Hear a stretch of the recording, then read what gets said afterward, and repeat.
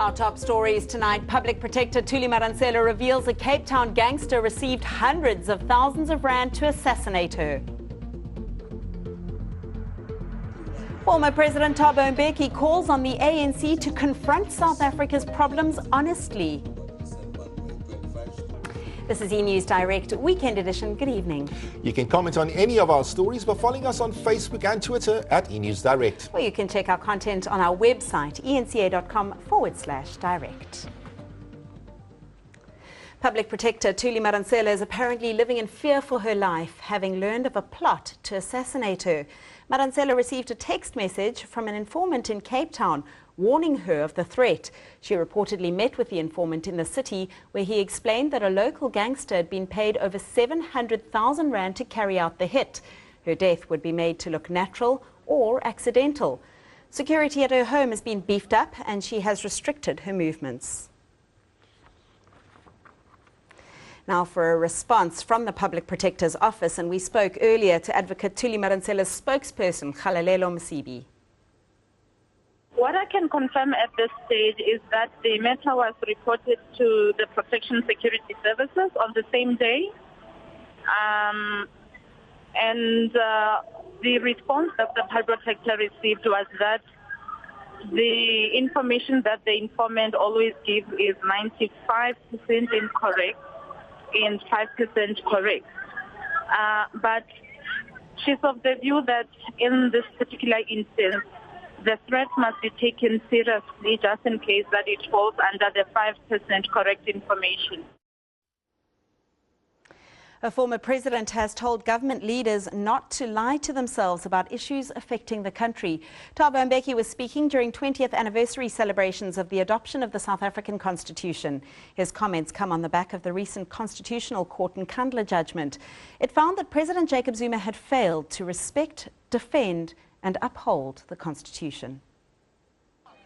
Former President Thabo Mbeki says South Africans are unhappy with their current socio-economic conditions. Mbeki referred to a newspaper article which spoke of the failure of the ANC-led alliance to fill a stadium in the Eastern Cape during May Day celebrations. Mbeki used this to illustrate his point about the governing party losing the support of ordinary people. So Mbeki Cale was one of the speakers there. And Mbeki says, what we see in front of us here in Port Elizabeth tells us that we are in trouble. And he said, look, it's maybe it's something which you should not have said. He says, maybe you can tell lies to other people, which you should not have said. But he said, but let's not lie to ourselves, which he should have said. Because he says this tells the truth. The people are disaffected. The people don't want us. He says these rallies don't work. We must now go to door to talk to people. I agreed with Mbeki. I read the article and he wasn't there, but I applauded him. I gave him a standing ovation. I rise to address you in response to yet another frivolous motion by the DA to remove President Jacob Zuma.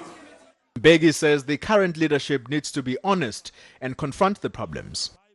I think that is the first thing that any leadership needs to do.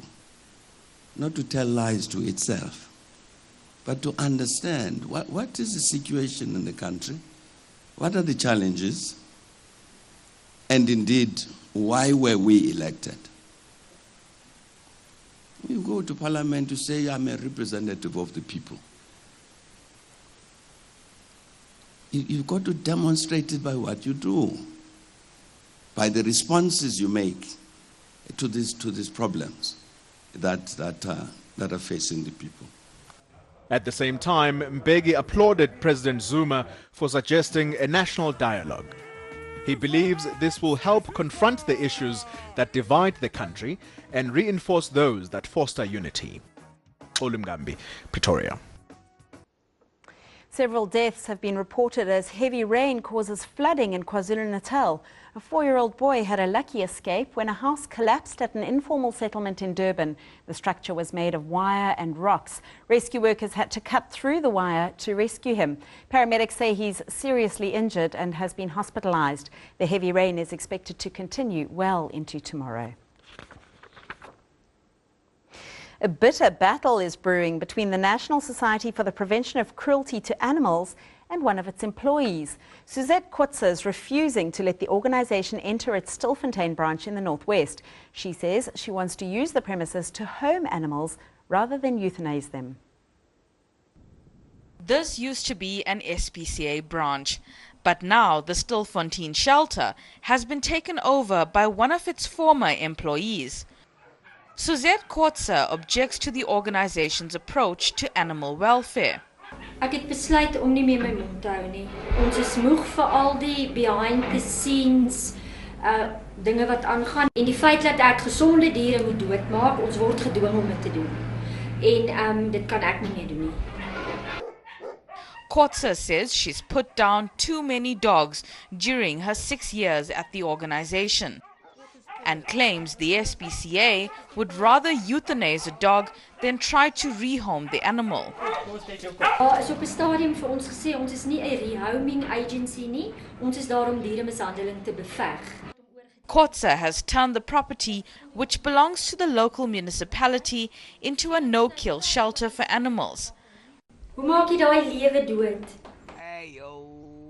The NSPCA has denied the allegations. Hello, Bobo. We oppose the euthanasia of fit and healthy animals, but we have to accept the reality that it's needed because there's just too many animals. And we're the only organization that may not refuse admission to any unwanted or stray animals. It appears that the dispute is now heading to court. Narissa Subramani, Stilfontein. KwaZulu-Natal Correctional Services held a special Mother's Day event over the weekend. It involved more than 700 youths serving time in the Durban Westville Youth Correctional Centre. Authorities invited parents to share the special day with their sons as a means of support through their rehabilitation. 700 inmates enjoying a rare opportunity to join their parents in celebrating Mother's Day. Correctional Services authorities say that without parental interaction, it's difficult to change young offenders' behavior. It is important for mothers to also rekindle and revisit the love that they have for their sons, and also for their sons to be able to share the love that they have for their mothers. Authorities also invited other would-be parents to attend and give support to inmates who have no one to fulfill the role. Some of them, they don't even have parents that are visiting. So in most of the times, you'll find that if a parent is visiting her son, then they'll be able to adopt another son and then be kind of an adoptive parent for that son. Offenders use the occasion to showcase their talent in appreciation of their family members. Mother's Day gap has been closed to such an extent that I feel very honored to be with my sister on such a splendid day. Ngamqamba ngathi kwando kuhle ngangilindele okuhle kuyena njengoba ke fike nalawa akhombisa ukuthi uphuma ekhaya elinjani elimfundisa ukuthini kwando kuhle usaqhubeka nje enzokuhle. Correctional Services officials have urged parents to make every visit special for offenders until they are ready to be integrated back to society. Skushangase, Durban. Moving to world news now, North Korea has said it will not use nuclear weapons unless its sovereignty is threatened, according to reports by state media. The country's made repeated threats of nuclear strikes against South Korea and the US since it first tested nuclear weapons in 2006. Supreme Leader Kim Jong-un is quoted as telling the Workers' Party Congress that he is willing to normalize ties with previously hostile countries. But recent reports say movement observed at North Korea's nuclear site is consistent with preparations for another nuclear test. A collision between a fuel tanker and 2 buses on a highway in Afghanistan has left 73 people dead and scores injured.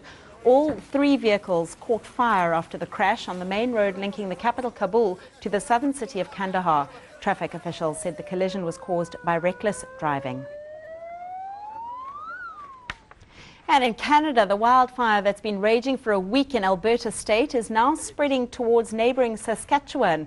Hot, windy conditions are hampering efforts by hundreds of firefighters to contain the blaze. It now covers an area of more than 2,000 square kilometres.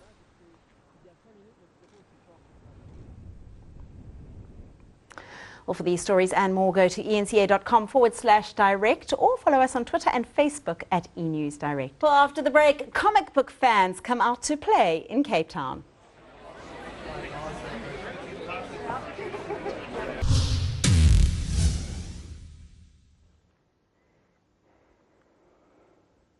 Comic book fans were in for a treat this weekend in Cape Town. The city played host to the inaugural Cape Town FanCon, where hundreds of fans took part.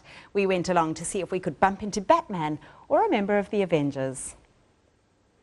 This is the Cape Town FanCon. It's an event attended by young and old alike and is the perfect excuse for fanatics to don their favorite superhero gear. It's a veritable feast for fantasy and science fiction enthusiasts, as well as comic book lovers looking to boost their collections. Event organizers say the fans' response has been excellent. Today is looking really good, also strong turnout, even though it's Mother's Day, but brilliant turnout. I think Cape Town has really come out for this show.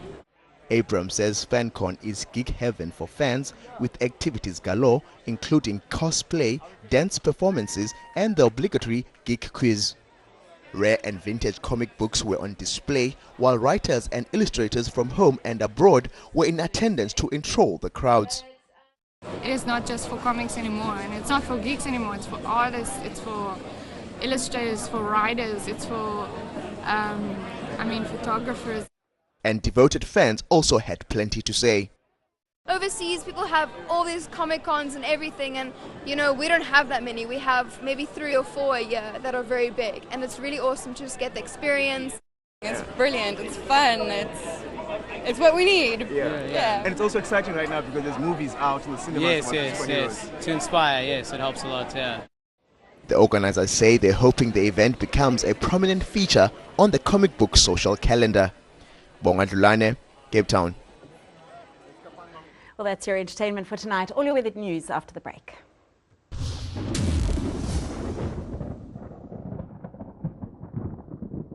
Welcome to the Weather Centre on Sunday, where it's been a rainy day along the east coast with cloudy and cold weather over the interior and a sunny and warm day over the southwestern parts. Now, some of that is due to a low pressure just off the west coast that continues to move along the west coast on Monday, bringing in some fog and then a few showers in the southwest. It also results in overcast weather with scattered thunderstorms for the Northern Cape, with thundershowers extending across South Africa. We're expecting dry and warm weather as we head towards the coast, with the possibility of rainfall over the extreme eastern and northeastern parts, with another chilly day in the forecast over the interior. In KwaZulu-Natal, you'll see overcast weather and rainfall for Richards Bay and Ulundi, with some drizzle for Durban, partly cloudy and dry for the rest of the province, and overall we're expecting warmer weather. We're also expecting a warmer day for the Eastern Cape, with thundershows mainly over the interior, dry and warm as we head towards the coast, but with a slight possibility that those thundershows will reach the coast later on in the day. Mostly cloudy but warm between Plettenberg Bay and Mossel Bay. You'll see thundershows over the interior with showers in the southwest and a mild Monday afternoon. We're forecasting fog along the west coast, Springbok sunny at 19 degrees, quite cold over the southern part of the Northern Cape, with overcast and wet weather in the forecast, with a large amounts of cloud and scattered thundershowers. You'll also see thundershowers over the western part of the Free State, with a cool start of the work week. Partly cloudy and mild as we head towards the northwest, with highs in the low 20s. Still warm over the western part of Limpopo, but with the possibility of rainfall in the east. Cloudy, cool and wet as we head towards Bombela and Mkondo, both in the teens, with a maximum of around 20 over the western part of Mpumalanga. We're also expecting a partly cloudy and dry day for Gauteng, with a maximum temperature of around 20 degrees. On Tuesday, thundershowers still extend from the northwest all the way through to the Eastern Cape, partly cloudy and warm along the KwaZulu-Natal coastline. And on Wednesday, we're expecting a warmer day across South Africa, with a few thundershowers still over the central and eastern interior. That's all from the Weather Centre for now. Have a lovely week.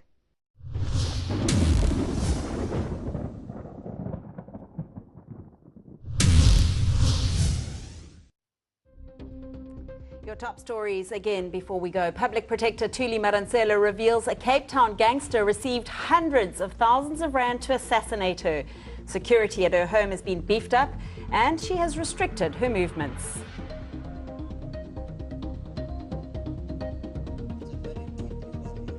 Former President Thabo Mbeki calls on the ANC to confront South Africa's problems honestly. He was speaking during 20th anniversary celebrations of the adoption of the Constitution. Well, that's a wrap from the eNews Direct team for the weekend.